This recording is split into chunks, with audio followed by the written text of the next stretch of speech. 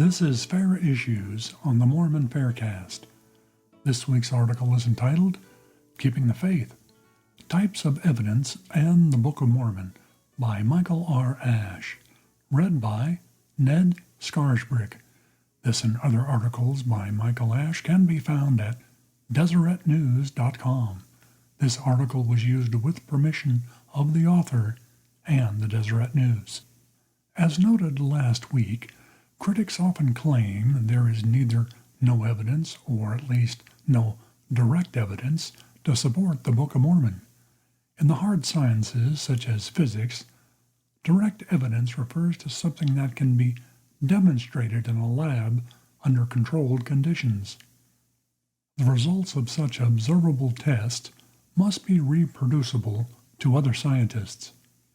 Even under such conditions, however, scientists often rely on indirect measurements and multiple independent observations of related phenomenon for things that cannot be seen directly.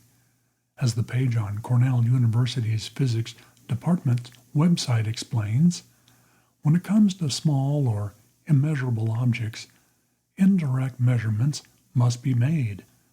Modern physics relies heavily on indirectly determining the physical characteristics of objects. Indirect determinations are important methods through which accurate measurements can be obtained. We find the same problem in geology. Our knowledge of the Earth's interior, G. Tyler Miller Jr. writes, comes mostly from indirect evidence, such as density, lava, and earthquake studies. Environmental Science, 270.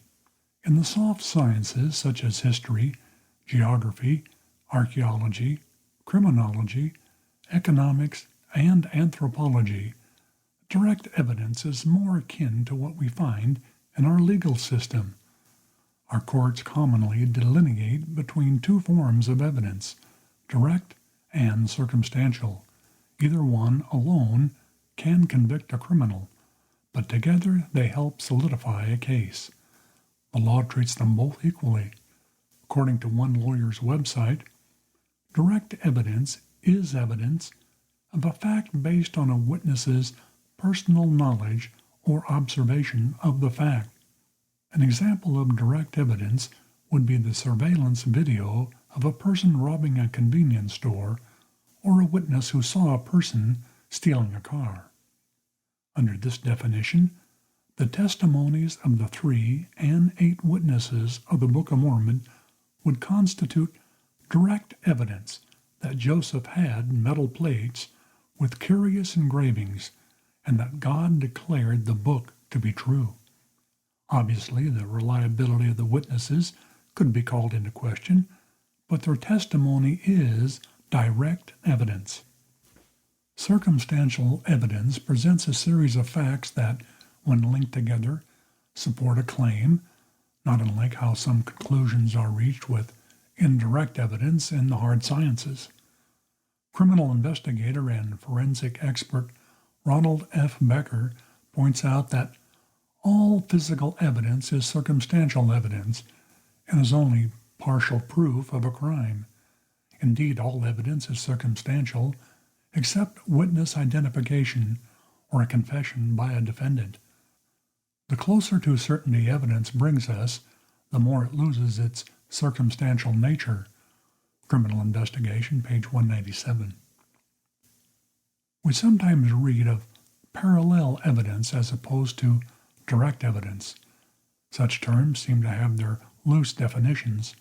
In history, for example, a direct evidence might be a first-hand account handwritten by someone who witnessed or participated in an event. A parallel evidence could be other clues for things happening in the environment that support the reality of the event. In archaeology, a direct evidence could be the discovery of bones or perhaps the inscription of a city name on the wall of a structure, or the name of a king on a coin. A parallel evidence could be clues from the environment, such as the size of the wall, that leads us to believe how the city operated based on other parallel examples from other writings or historical sites. Parallel evidence is a type of circumstantial evidence in that the information in one study parallels the information in the second study, thereby implying that the two are linked or behave in a similar fashion. The weight of parallel evidence is used to make supportive conclusions in medicine, history, and archaeology. As with legal and scientific indirect evidence, parallel evidence is merely suggestive for single parallels, but becomes more valuable when they are interlocking parallels. In reality, however, virtually all the evidence in history and archaeology, to some degree, is circumstantial. While the discovery of human bones may be direct evidence for the existence of humans, it is circumstantial evidence that typically tells us that the bones belong to the people who lived in nearby dwellings. Archaeological data must be interpreted, and a primary tool used for interpretation is analogy, or parallel. As non-LDS anthropologist Dr. Nancy White explains, analogy is used to figure out the unknown by beginning with the known, and we use it because it is the best and often only way we can explain the behavior of people who are not here to explain it themselves. Archaeology is a historical science.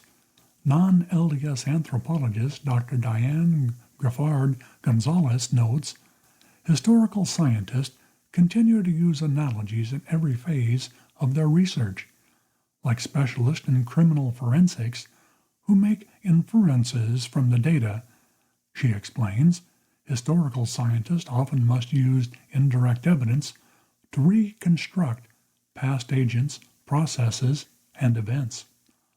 Contrary to the claim of many critics, the Book of Mormon is not only supported by direct evidence, but the parallel evidences that support the Book of Mormon function in the same fashion as any other evidence used in archaeological studies. If you like this podcast, you can help promote it by subscribing to it in iTunes or by rating it and writing a review. Post a link on your blog and Facebook page and tell your friends about us.